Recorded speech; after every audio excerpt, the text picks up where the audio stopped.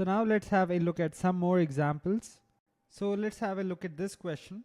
So vertically polarized light is incident on two polarizing filters as shown.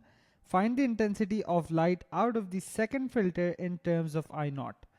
So what we see here is that some intensity of I naught is incident on the first filter, which has its transmission axis at an angle of 20 degrees to the vertical. And then the light out of this one, out of the first polarizing filter, is then again incident on another filter, but this one has its axis at 70 degrees to the vertical. So we need to find the intensity of this light in terms of I naught. So first let's do this.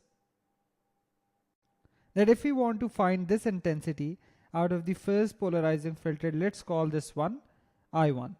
Again, we have the initial light is vertically polarized. So this is the angle which it, this is the direction which it has. So the angle with the transmission axis as dictated by Malice's law is 20 degrees. So I can say I1 is I0 cos square of 20, right? So I1 can then be in terms of I naught written as cos square of 20. So cos of 20 is 0.93969. So 0.9397. Square this up. So this turns out to be 0.883 I naught, right? And then we have this intensity I1, which is incident on the second filter, which is going to give me intensity I2. Now here, as you may be thinking, or it's tempting to think about it this way, this angle will not be, this angle will not be 70 degrees. Because the light which is coming out of this second filter is already polarized at an angle of 20 degrees. It's already like this. And then this one is going to be even further polarized at a different angle. So this will be at 70 degrees. So the light which is basically coming in here is already at an angle of 20 degrees like this. So if this is 20 degrees and if this entire thing is 70 degrees, so remember Malice's law always requires the angle between the incident intensity on a filter and the transmission axis. So 70 minus 20, the angle that we are looking for is 50. So then I can say that I2 is I1 cos 50 square. Right, and I1 in itself can be written as 0.883 and you have cos square of, so 0.883 I naught times cos square of 50, which is what Malice's law dictates. So if we go ahead and do this here, so cos 50 squared, remember it's the square of cos 50, not the cos of 50 squared. So cos of 50 squared times 0.883 gives us 0.3648, or just to 2SF, this would be 0.36 I naught, right? So this is I2 in terms of I1 correct to 2SF. Why did I use 2SF? Because the angle here and the angle 70 were both given to two significant figures. So it's always important, and this is why I stressed on this so much, that you always know that the angle that we use in Malice's law is between the incident intensity and the transmission axis. Let's do another case. So let's have a look at this question then.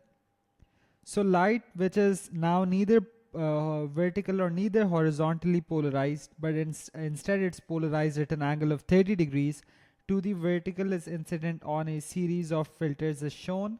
Find the reduction in intensity in terms of I naught. So in this case we have even more, we have 3 filters, and now we need to find what the final intensity is in terms of the initial intensity I naught. So again, let's work through this logically, and again we'll reach the correct conclusions if we just follow the steps.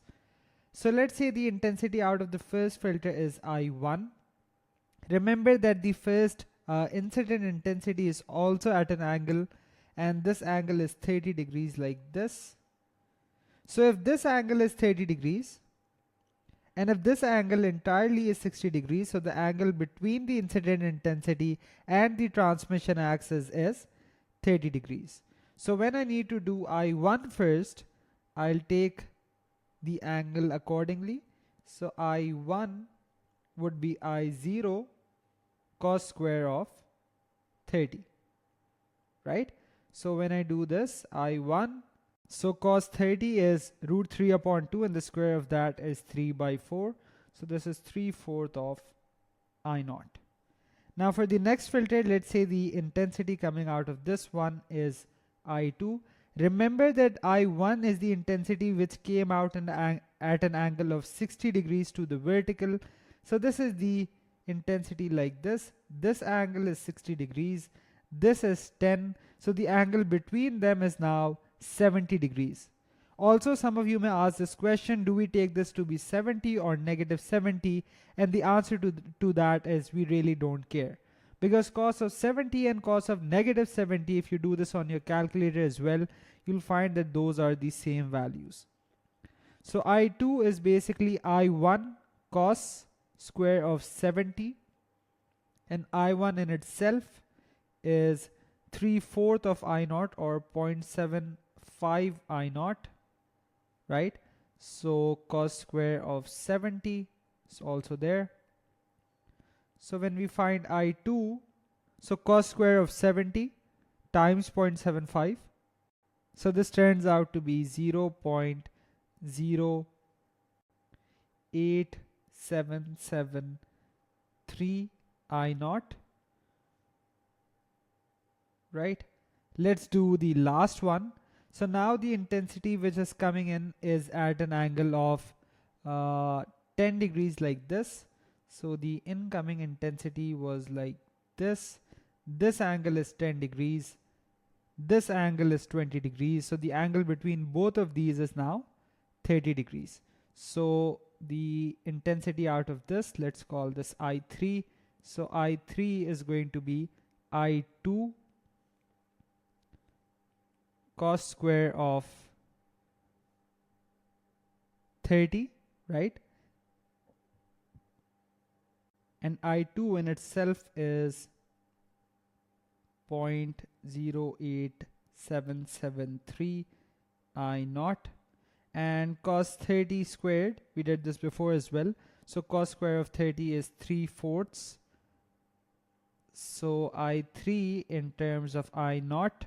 Again, whenever doing this in your exam, always make sure to use the calculator value to avoid rounding errors. So even though I'm using this right now, I'm actually using my calculator value because it has even more decimal places.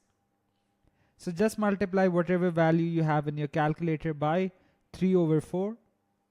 So this turns out to be 0.0658 I0.